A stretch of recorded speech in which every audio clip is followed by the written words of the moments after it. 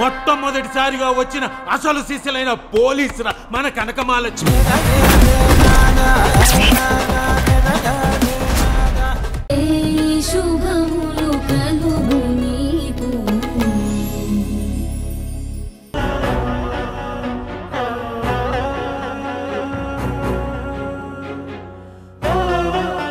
ఆ అమ్మాయికి పెళ్ళైతే ఆమె మొదటి భర్త చనిపోతాడు.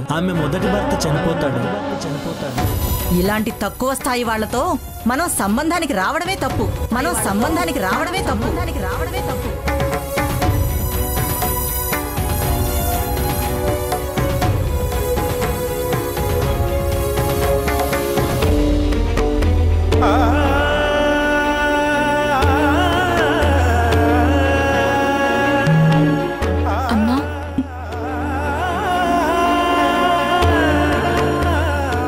బాధపడకమ్మా.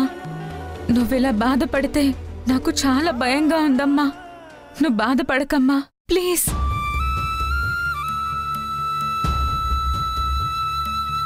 అమ్మా, నా పెళ్లి చెడిపోతే ఏమైంది? నేను నీ దగ్గర నుంచి దూరంగా వెళ్ళిపోలేదు కదా. అవునమ్మా, ఇప్పుడు నేను పెళ్లి చేసుకుంటే నీకు దూరం అయిపోతానని చాలా ఏడ్చాను తెలుసా. నిజంగా అమ్మా.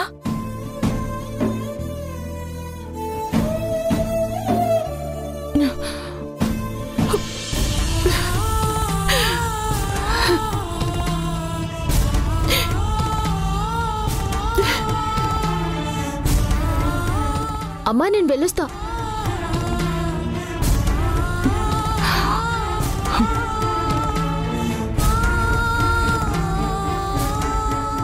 అమ్మా ఏంటమ్మా ఇది? అయినా ఇప్పుడు ఏమైందని నువ్వు ఇంతలా బాధపడుతున్నావు? అయినా ఈ సంబంధం వస్తుందని మనం అనుకోలేదు. కావాలని మన చేతులారా చెడగొట్టుకోలేదు. వాళ్లే కావాలనుకొని మన దగ్గరకొచ్చారు. వాళ్లే వద్దనుకొని వెళ్ళిపోయారు. ఇందులో మన తప్పేముందని మనం బాధపడాలి? అంత మంచి సంబంధం చెడిపోయింది. మనుషులందరికీ ఇదే ప్రాబ్లం ఉంటుందనుకుంటాను. మనకి సంబంధం లేకుండా ఏదైనా మన చేతి దాకా వచ్చి చేజారిపోతే మన సొంతది మనం సంపాదించుకున్నది చేజారిపోయినంత బాధపడిపోతాం. ఇందులో అసలు మన ప్రమేయమే లేదని మర్చిపోతాం. వారాహి, అవును కృష్ణమ్మ, ఇందులో మనం చేసింది ఏమీ లేదు. చేసిందంతా ఆ దేవుడే చేశాడు. జాతకం బాగోవడం బాగోకపోవడం మన చేతుల్లో లేదు కదా.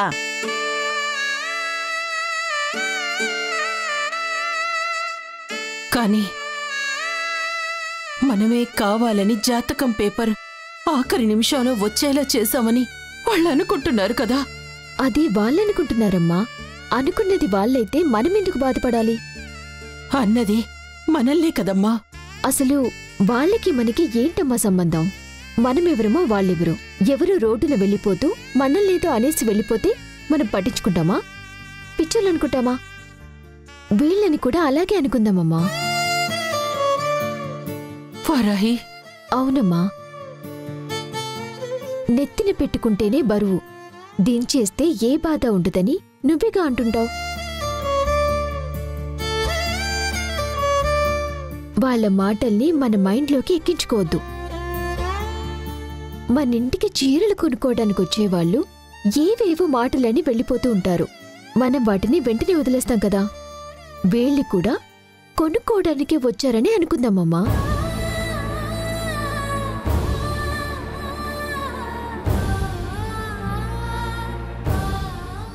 అమ్మా వారాహి, నువ్విలా మాట్లాడుతుంటే నాకు చాలా ధైర్యంగా అనిపిస్తోందమ్మా. వచ్చిన కష్టం ఒంటి చేత్తో తీసేసినట్టుగా ఉంది. అమ్మా, మనం కళ్యాణి కోసం అప్పు చేశాం. అది తీర్చాలంటే మన 5 వేళ్ళు కలిసి కష్టపడాలి కదా. అందులో మధ్య వేళ్ళు సునయనికి పెళ్లి చేసి పంపించేస్తే ఈ చేతికున్న బలం తగ్గిపోతుంది కదా. అందుకే ఆ దేవుడే పూనుకొని ఈ సంబంధం చెడగొట్టాడనుకుంటా. కానీ నాకింకో భయం ఉందమ్మా. నీకేం భయమే? ఎప్పుడు భయం భయం అని ఓ ఇదే పోతుంటావు. అదే అమ్మమ్మ, ఇప్పుడు మా జాతకాల ప్రకారం హాసిని నేను పెళ్లి చేసుకుంటే మా మొదటి భర్తలు చనిపోతారని మా జాతకంలో ఉంది కదా.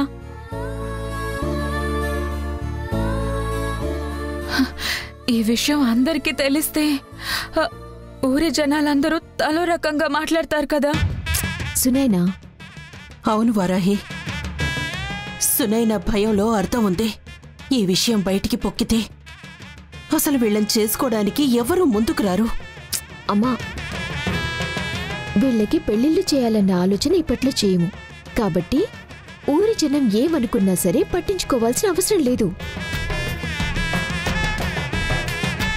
ఇప్పట్లో చేసినా ఎప్పట్లో చేసినా ఒకసారి మాట పడితే అందరికీ అలాగే ఉండిపోతుంది. నీకే టైం వస్తే చక్కగా పెళ్లి చేసుకుని అత్తారింటికి వెళ్ళిపోతావు. కానీ సునైనా హాసిని మాత్రం ఇలాగే పెళ్లిళ్ళు కాకుండా ఉండిపోతారు. అమ్మమ్మా, ఏ ఎందుకలా చించుకుంటున్నా? నేను చెప్పింది నిజం కదా? నువ్వు చెప్పింది జరుగుతుందో జరగదో నాకు తెలీదు, కానీ నేను చెప్పేది మాత్రం ఖచ్చితంగా నిజమవుతుంది. కళ్యాణికి పూర్తిగా బాగయి మనం చేసిన అప్పు తీర్చేసి నా చెల్లెళ్ళందరికీ మంచి సంబంధాలు సెట్ అయ్యే వరకు నేను పెళ్లి చేసుకోను. నేను నా చెల్లెళ్ళ సంతోషంలోనే నా సంతోషాన్ని చూసుకుంటాను. అమ్మా, నేను జయసింహ గారింటికి వెళ్ళొస్తాను. అర్జెంటుగా రమ్మని ఫోన్ చేశారు.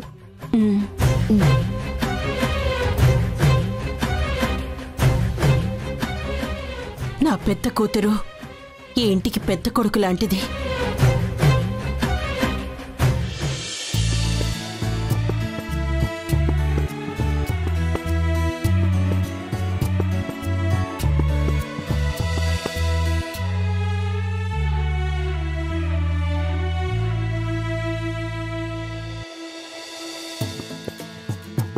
ఈ చెట్టుకన్ని దారాలు కట్టున్నాయేంటి?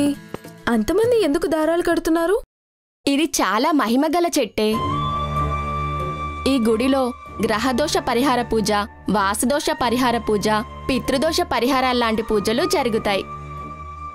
ఇక్కడ దోష పరిహార పూజలు చేయించుకొని ఈ చెట్టుకలా దారాలు కడితే ఆ దోషం పోతుందని చాలా మంది నమ్మకం. అది నిజం కూడా. చాలా బాగుంది. దీనికంటే గొప్ప విశేషం ఇంకొకటి ఉంది. పద చూద్దుగాని.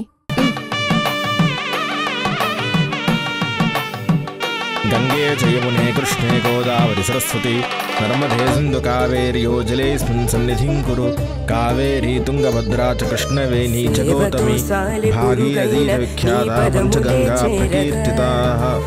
నందీశ్వర నమస్తుభ్యం సాంబనందదాయకం మహాదేవస్య సేవార్థం అనుజ్ఞాం దాతుమర్హసి.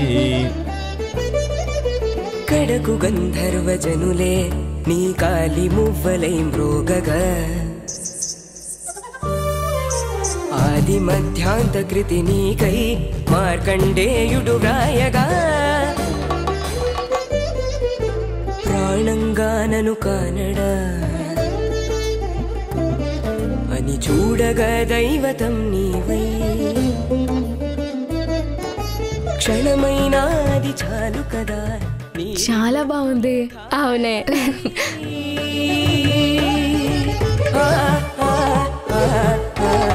ఏ హాసిని ఆగు, ఎక్కడికి?